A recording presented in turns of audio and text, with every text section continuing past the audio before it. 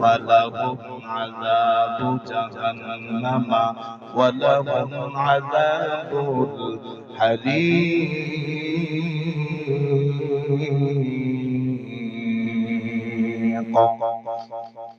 আল্লাহ রাব্বুল আলামিন বললেন নারী বেগানা পুরুষ হলেও তার সঙ্গে তুমি খারাপ ভাবে কথা বলতে পারবে না কারণ ও মুমিন নারীরা তোমরা শুনে নাও তোমার কথায় যেন কোনো মুমিন পুরুষ কষ্ট না পায় তোমার কথায় যেন কোনো পুরুষ আঘাত না পায় কোন মুমিন আরেকজন মুমিন নর নারীকে কষ্ট দেওয়া ইসলামে নিষেধ যদি আপনার কথায় কষ্ট পায় তাহলে আল্লাহ বলেন আপনার জন্য শাস্তি হবে জাহান্নাম এজন্য বেগানা পুরুষের সাথে যদি কথা বলা প্রয়োজন হয় খারাপ ভাবে কথা বলা যাবে না কঠোর ভাষায় কথা বলা যাবে না সুন্দর শালীনভাবে কথা বলতে হবে কথার মধ্যে হালকা কঠোরতা ভাব থাকবে কারণ আপনার কথায় যেন ওই বেগানা পুরুষটা কষ্ট না পায় ঠিক কি না অনেক মহিলা আছে রং নাম্বারে যদি ভুল কইরা কল যায় এই বেটির কথা শুনলে 12 মাস মনে করেন যে মোবাইলের হাউস মিটা যায় আছে কি আছে এমন মহিলা আছে না রং নাম্বারে একটু যদি ভুলে ফোন চলে যায় এমন ব্যবহার করে মনটাই নষ্ট হয়ে যায় আছে কি আছে না রং নাম্বারে ফোন আসতে পারে আমি বক্তা সাহেবের আমি বক্তা সাহেবের ফোন একটা মহিলার নাম্বারে চলে যেতে পারে এর মানে এটা না যে আপনি খারাপ ব্যবহার করবেন শালীন ভাষায় কথা বলে আমি যেন কষ্ট না পাই অপর পক্ষ থেকে যে কথা বলতেছেন সে যেন কষ্ট না পায় শালীনভাবে ভদ্রভাবে কথা বলে ফোন রাখতে হবে ঠিক তাহলে এবার আপনাদেরকে আমি বুঝাইলাম নারীরা কিভাবে কণ্ঠের পর্দা করবে শুনে নেন আল্লাহ ডাক দিয়া বললেন নারীগণ বেগানা পুরুষের সঙ্গে মিষ্টি কণ্ঠে কথা বলতে পারবে না যদি কখনো বলার প্রয়োজন হয় তুমি বলবে কিন্তু তোমার কথার মধ্যে কোনো মিষ্টি ভাব থাকবে না তোমার কথার মধ্যে হালকা হালকা কঠোরতার দিকে মাইল থাকবে এবার আসেন আল্লাহ রাব্বুল আলামিন সূরাতুল আহজাবের 34 নম্বর আয়াত সূরাতুল আহজাবের 32 নম্বর আয়াতের মধ্যে আল্লাহ বলেন আল্লাহ রাব্বুল আলামিন সূরাতুল আহজাবের 33 নম্বর আয়াতের মধ্যে বলেন আল্লাহ বলেন ওয়াকরনা ফি বুয়ুতিকুন্না ওয়ালা তাবাররাজনা তাবাররুজাল জাহিলিয়াতিল উলা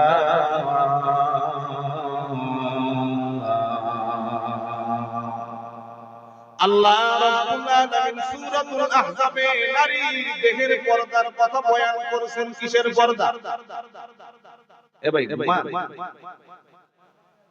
যে কোরআনের কথা কিচ্ছা কাহিনী বললে ভালো লাগতো এগুলো শিক্ষণীয় কথা আপনার বিবিটা সঠিক পর্দায় আছে কিনা জানা দরকার আছে কিনা সঠিক পর্দা না করে যদি কবরে যায় জাহান্নামে সেও যাবে আপনার বৌমাটা সঠিক পর্দা করে কিনা এই যে আরে বেটা চুপ কর আপনার বৌমাটা সঠিক পর্দা করে কিনা এটা আপনাকে জানতে হবে সঠিক পর্দা শিখায় আমলে বাস্তবায়ন করতে হবে না হলে ধরা আপনিও খাবেন আপনার দাঈমান খরচ 3 নম্বরে আপনার অধীনস্থ নারীদের পর্দায় আপনাকে রাখতে হবে বুঝাতে পারছি আল্লাহ রাব্বুল আলামিন সূরাতুল আহজাবের 33 নম্বর আয়াতে নারীর দেহের পর্দার কথা বয়ান করলেন আমার আল্লাহ রাব্বুল আলামিন কোরআনুল কারীমে বলেন ওয়াকরনা ফি বুয়ুতিকুন্না ওয়ালা তাবাররাজনা তাবাররুজাল জাহিলিয়াতিল উলা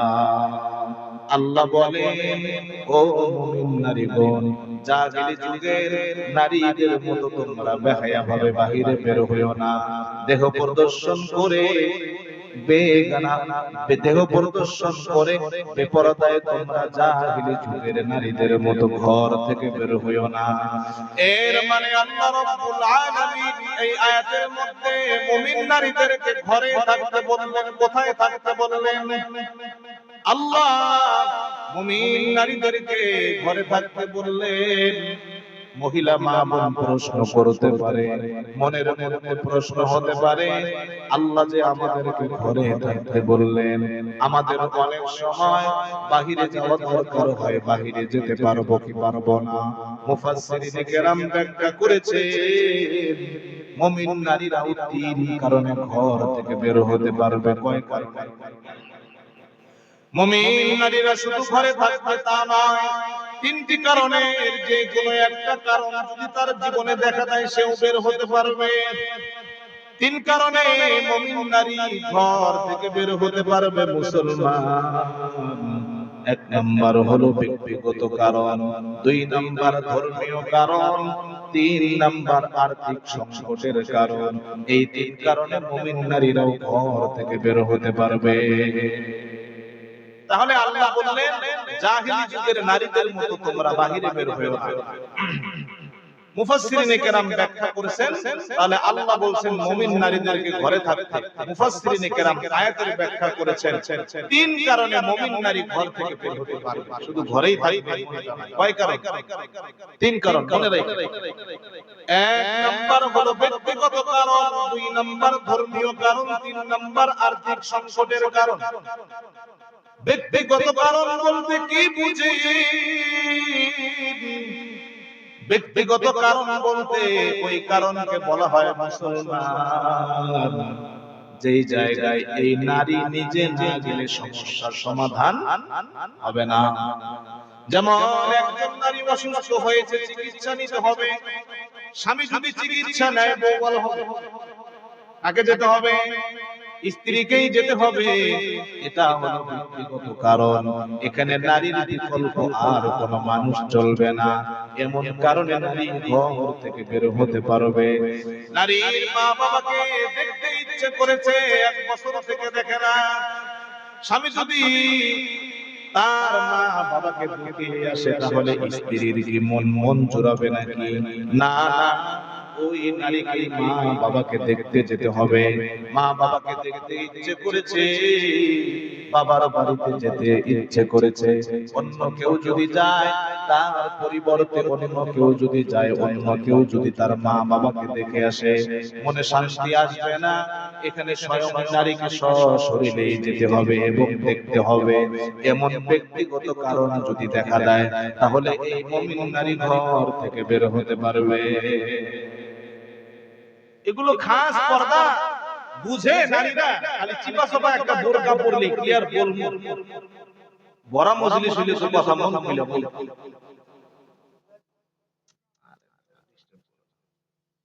শুনেন, খালি চিপা চাপা একটা বোরকা পরলেই পর্দা হয়ে গেল। খাস পর্দা কাকে বলে আপনি শুনেন না? পাট টু পাট আসতেছে, উঠায় দেন, পিছনে দিয়ে, পিছনে দিয়ে, সামনে ডিস্টার্ব করে তো। এদিকে কান লাগা ভাই, ঠিক আছে থাক, ওখানে থাক, কান লাগা। চিপা চাপা একটা বোরকা পরলেই এটাকে পর্দা বলে না ভাই? পর্দা কারা কয় আপনি শুনেন। তাহলে ব্যক্তিগত কারণ, কোন কারণকে ব্যক্তিগত কারণ বলে? যেখানে ওই নারীর বিকল্প আর কোন ব্যবস্থা নাই, নারীকেই যেতে হবে, অন্য কেউ গেলে সমস্যা সমাধান হবে না, এটাকে বলে ব্যক্তিগত কারণ। দুই নাম্বার নারী ঘর থেকে বের হতে পারবে, সেটা হলো ধর্মীয় কারণ। ধর্মীয় কারণে মুমিন নারী ঘর থেকে বের হতে পারবে। ধর্মীয় কারণ বলতে কি বুঝেন? ধর্মীয় কারণ মানে হচ্ছে একজন নারী দিন শিখার জন্য বের হবে, একজন নারী ফরজ ইলম শিখার জন্য বের হবে, একজন নারী হাফেজা হওয়ার জন্য মাদ্রাসায় যাবে, একজন নারী কোরআন শিক্ষার জন্য মাদ্রাসায় যাবে, একজন নারী আলেমা হওয়ার জন্য মাদ্রাসায় যাবে, একজন নারী হজ ফরজ হয়েছে বাইতুল্লাহ তাকেই যেতে হবে। এমন কারণগুলোকে ধর্মীয় কারণ বলা হয়। জরুরি ইলম শিক্ষার, জরুরি আমল করার জন্য তাকে ঘর থেকে বের হতে হবে, বাইতুল্লাহ যেতে হবে, নারীর উপরে হজ ফরজ তাকেই যেতে হবে। তাহলে এই নারী তখন ঘর থেকে বের হবে, জরুরি ইলম শিক্ষার জন্য মাদ্রাসায় আসতে হবে, কোনো বাধা নাই। এই নারী কি করবে? দ্বীন শিক্ষার জন্য ঘর থেকে বের হবে, কোনো সমস্যা নাই। 3 নাম্বার হলো আর্থিক সংকটের কারণে নারী ঘর থেকে বের হতে পারবে। এবার আসছে আমাদের আর্থিক সংকটের কারণ। আর্থিক সংকট দেখা দিলে নারী ঘর থেকে বের হতে পারবে। আর্থিক সংকট বলতে আপনি কি বুঝেন? স্বামী সারা দিন লুডু খেলাবে, বউটা চাকরি করবে? হ্যাঁ, স্বামী সারা দিন দোকানে বসে টিভি দেখে, মানে ভাদাইমাগিরি করে, আর বউটারে চাকরিতে লাগায় দিয়েছে। সংসারে অভাব, স্বামী কাজ করে না, সারা দিন জুয়া খেলে, লুডু খেলে ঘুরে বেড়ায়। না, এটাকে আর্থিক সংকট বলে না। আর্থিক সংকটের কারণ, ওই কারণকে বলা হয় আর্থিক সংকটের কারণে নারী ওই সময় ঘর থেকে বের হতে পারবে। কোন সময় বের হবে? একজন নারীর স্বামীও নাই, ছেলেও নাই, একজন স্ত্রীর ছেলেও নাই, একজন স্ত্রীর, একজন মহিলার ছেলেও নাই, স্বামীও নাই, একজন মহিলার ভাইও নাই, শ্বশুরও নাই। অর্থাৎ একজন মহিলার দেখাশোনা করবে, খরচ বহন করবে এমন দুনিয়াতে কেউ নাই। স্বামী থাকলে তো স্বামী করবে, ছেলে থাকলে তো ছেলে করতো, শ্বশুর থাকলে তো বৌমাদারে শ্বশুর দেখাশোনা করতো, মেয়ে জামাই থাকলে তো মেয়ে জামাই তার ভরণ পোষণ বহন করতো, এমন কেউ নাই। স্বামী ছিল ধরে মারা গেছে, তার কোনো ছেলে নাই, একটা মেয়ে জামাই আছে, একটা মেয়ে জামাই তারপর আছে, অথবা দেখাশোনা করে না। অর্থাৎ এমন অভিভাবক, দেখাশোনা করার মতো কোন অভিভাবক দুনিয়াতে তার নাই। এই নারীর দায়িত্ব হলো সেই দেশের সরকার প্রধানের, সেই দেশের সরকার প্রধান ওই নারীর ভরণ পোষণ বহন করবে, দেখাশোনা করবে। সরকার যদি ধার্মিক সরকার না হয়, সরকার যদি দ্বীনদার না হয়, তাহলে এমন নারীর ভরণ পোষণ কি সঠিকভাবে করবে? 6 মাসে 6 কেজি চাল দিবে, 10 কেজি চাল দিবে, 10 কেজি চাল দিয়া রিলিফের চাল দিয়া কি বেডির 6 মাস 3 মাস যাবে? তাহলে একজন মহিলা যদি কোনো অভিভাবক থাকে স্বামীর পরে, তাহলে সে ঘর থেকে বের হবে না।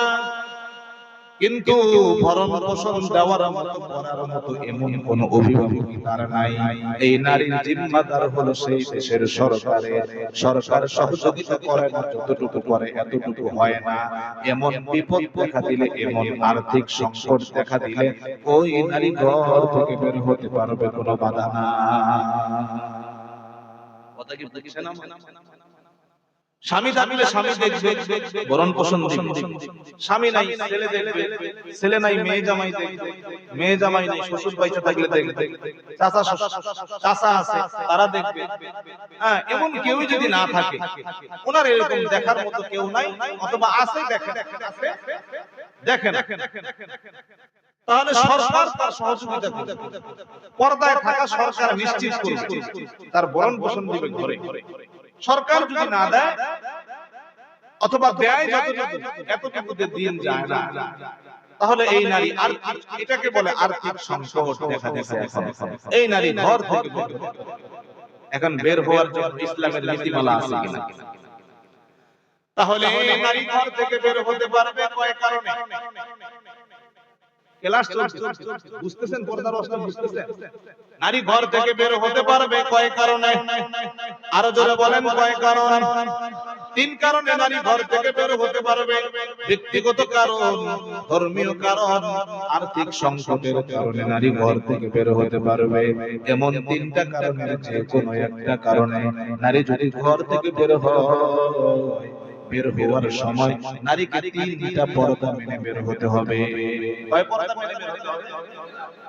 নারী যদি ঘর থেকে বের হয়, 3টি পর্দা মেনে নারীকে ঘর থেকে বের হতে হবে।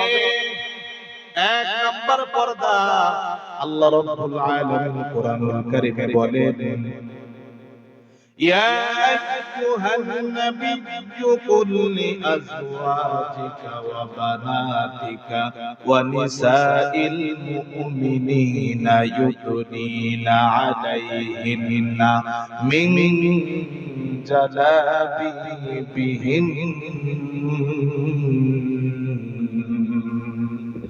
আল্লাহ রাব্বুল আলামিন বলেন এই নারী যদি ঘর থেকে বের হয় তাহলে নারীকে দেহ পর্দা করতে হবে এবং মুখ এবং মাথা সব কিছুই পর্দা করতে হবে, সব কিছু ঢেকে ফেলবে, শুধু চোখ দুইটা খোলা রাখতে পারবে। সব কিছু ঢেকে ফেলতে হবে, শুধু কি খোলা রাখতে পারবে? চোখ দুইটা নারী খোলা রাখতে পারবে আর সব কিছুই তাকে ঢাকতে হবে। তাহলে এই আয়াতের দ্বারা বোঝা গেল খাস পর্দা ওই পর্দাকে বলা হয় যেই নারী শরীর ঢাকলো, মাথা ঢাকলো, মুখ ঢাকলো, ঢোলা ঢিলা কাপড় দিয়া শুধু চোখ দুইটা খোলা রেখে বের হলো, এটাকেই বলা হয় খাস পর্দা, টাইট বোরকা অথবা মুখ খোলা। এগুলা আমরা পর্দা বললেও শরীয়ত এগুলোকে পর্দা বলে না। ঠিক ঠিক ঠিক ঠিক। ভাইরা আমার গভীর মনোযোগ দিয়ে কথাগুলো শ্রবণ করে। এবার আসেন আল্লাহ তাহলে মুমিন নারীকে শরীর ঢাকতে বললেন, মাথা ঢাকতে বললেন, মুখ ঢাকতে বললেন। মুসলমান শুধু চোখ দুইটা খোলা রাখতে বললেন। এই চোখ দুইটা আল্লাহ রাব্বুল আলামিন কেন খোলা রাখতে বললেন? এই চোখ দিয়া বেগানা পুরুষকে দেখার জন্য নাকি? এই নারীকে যে ওয়াজিবা কই শিখছেন আপনি? ভালো তো না, ঠিক আছে। এক এক মাহফিলে যাবেন, এক একটা ইলম শিক্ষা নিয়ে পড়ে আসবেন। খালি হুদাই যায় বসে থাকে আর বক্তায় কি ওই আওয়ামী লীগের বিরুদ্ধে কয় না কয় সেটা করছে, মানে কইলে খুব ভালো আছে। কোরআন হাদিসের কথা চাই থাকবা না, এরকম শ্রোতা আছে কি? বাড়ি দিয়ে টেবিলটা ভাঙতে পারলে ওয়াজ হইছে সেরকম। ওই কেমন ওয়াজ হইছে?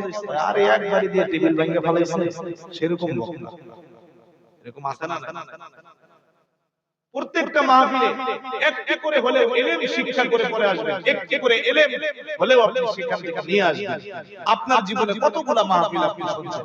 1000 মাহফিল হবে শুনছেন, তাহলে 1000 মাহফিল থেকে যদি আপনি প্রত্যেক মাহফিল থেকে একটি করে ইলম নিয়ে আসতে পারতেন, 1000 ইলমের অধিকারী আপনি হয়ে যাবেন। সুবহানাল্লাহ, চিন্তা করা যায়। ভাইরা আমার, তাহলে আল্লাহ চোখ খোলা রাখতে বললেন শুধু, আর সব কিছুই ঢেকে বের হতে হবে। চোখ দুইটা আল্লাহ কেন খোলা রাখতে বললেন? বেগানা পুরুষকে দেখার জন্য নয়। আল্লাহ কেন চোখ খোলা রাখতে বললেন? এই চোখ দিয়া বেগানা নারী রাস্তা দেখবে, এই চোখ দিয়া বেগানা নারী গাড়ি ঘোড়া দেখে রাস্তা চলবে। এজন্য আল্লাহ চোখ খোলা রাখতে বললেন। গাড়ি ঘোড়া রাস্তাঘাট যদি দেখার প্রয়োজন না হতো, আল্লাহ মনে হয় চোখ দুইটাও বন্ধ করতে বলতে। ঠিক ঠিক ঠিক ঠিক। তাহলে হাত মোজা লাগাইলাম, পা মোজা লাগাইলাম, কান মোজা লাগাইলাম, পুরো শরীর ঢাকলাম, মাথা ঢাকলাম, মুখ ঢাকলাম, শুধু চোখ খোলা খোলা করবে, বেগানা পুরুষের দিকে তাকাতাকি করতেছে নারী। এটাকেও সঠিক পর্দা বলে না। আল্লাহর নবী ফাতেমা রাদিয়াল্লাহু তাআলা আনহাকে জিজ্ঞাসা করলেন, ফাতেমা বলো তো নারীদের কোন গুণ, নারীদের কোন জিনিসটা বেশি দামি? ফাতেমা বললেন, বাবা গো, নারীদের দুইটা গুণ হলো বেশি দামি। এক নাম্বার গুণ, নারী তার চেহারাকে বেগানা পুরুষকে দেখাবে না এবং নিজের চেহারা নিজের চক্ষু দিয়েও বেগানা পুরুষকে দেখবে না। ফাতেমা রাদিয়াল্লাহু আনহা তিনি বললেন, বাবা নারীর দুইটা গুণ সবচেয়ে বেশি দামি। এক নাম্বার, নারী পর্দায় থাকবে, তার দেহ চেহারা কোনো কিছু বেগানা পুরুষকে দেখাবে না এবং নিজেও চক্ষু দিয়ে বেগানা পুরুষকে দেখবে না। কিন্তু দেখা যায় পর্দানিশীল মহিলা পুরো শরীর পর্দা করলো, চক্ষু দুইটা খালি, চক্ষু দুইটা খোলা, রাস্তায় হাঁটতেছে, রাস্তায় হাঁটার সময় বেগানা পুরুষ তাকে দেখতেছে না, কিন্তু সে চক্ষু দিয়া বেগানা পুরুষকে দেখতেছে, এটাও বিপরীত গুনাহ হয়ে যাবে। এজন্য আল্লাহ বাহিরে যাওয়ার ব্যাপারে তিনটি নীতি মালা দিলেন, তিনটি পর্দা দিলেন। এক নাম্বার পর্দা, সমস্ত শরীর ঢাকতে হবে, শুধু চোখ দুইটা খোলা রাখতে পারবে। দুই নাম্বার পর্দার কথা আল্লাহ বললেন, আল্লাহ রাব্বুল আলামিন কোরআনুল কারীমে বলেন, ওয়াকুল্লিল মুমিনাতি ইয়াগুদুনা মিন আবসারিহিন্না ওয়া ইয়াহফাজুনা ফুরুজাহুন্না।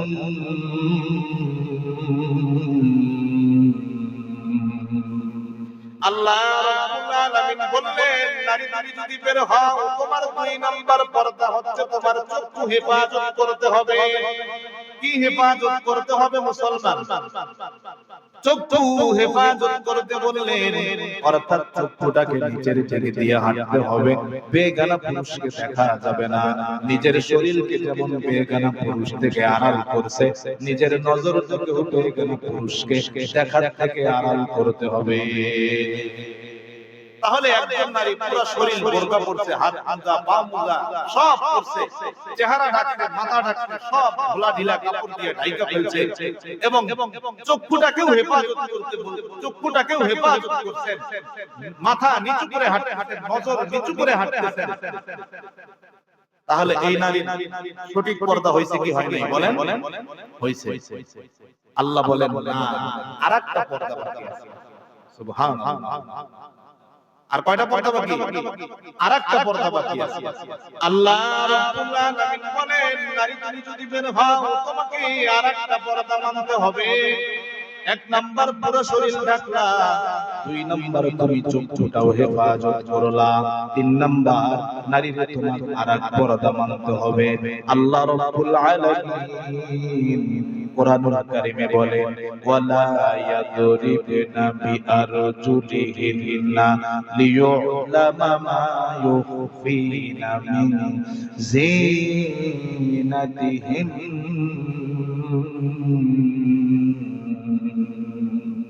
আল্লাহ রাব্বুল আলামিন বলেন, মুমিন নারীদের হাঁটারও পর্দা আছে। কিসের পর্দা? হাঁটার মধ্যেও মুমিন নারীদের পর্দা আছে। একজন বোরকা পরনেওয়ালা পর্দানিশীল নারী কখনো ফাঁপার দুপুর করে হাঁটতে পারে না। একজন মুমিন নারী কখনো পুরুষকে ওভারটেক করে যেতে পারে না। আল্লাহ বলে, জমিনে পা ফালাইতে তোমাকে আস্তে ফালাইতে হবে। অন্য বেপরদা নারীদের মতো তুমি হাঁটা চলা করতে পারবে না। মুমিন নারীদের হাঁটার ব্যাপারে আল্লাহর বিধিবিধান আছে কি আছে না? দেখবেন অনেক নারী আছে এমন ধাপস ধাপস করে হাঁটে, মনে হয় মাটি কাঁপে, আছে কিনা এরকম? আবার পুরুষকে ওভারটেক কইরা এমন ভাবে যায়, মনে হয় হায়া লজ্জা বলতে কিছু। ইমাম সাহেবরাও মনে করেন এমন ভাবে ওভারটেক করে, ইমাম সাহেব পারে না গান গাইতে করে যায়। এরকম আছে না? এরকম হয় কিনা? অনেক নারী এমন আছে দেখবেন, রাস্তা থেকে আপনাকে সাইড দিবে না, শেষে আপনাকে রাস্তার সাইডে নামতে হবে, সেই নামবে না। এমন বেয়াদবি শিক্ষা ইসলাম দেয় না। পর্দানিশীল নারী, তার চলাফেরার মধ্যেও পর্দা আছে। একজন মুমিন নারী, হুজুর চলে আসছেন, হুজুর কথা বলবেন, আমি এখন শেষ দিয়ে দিব। তাহলে এক মুমিন নারী হাঁটার মধ্যে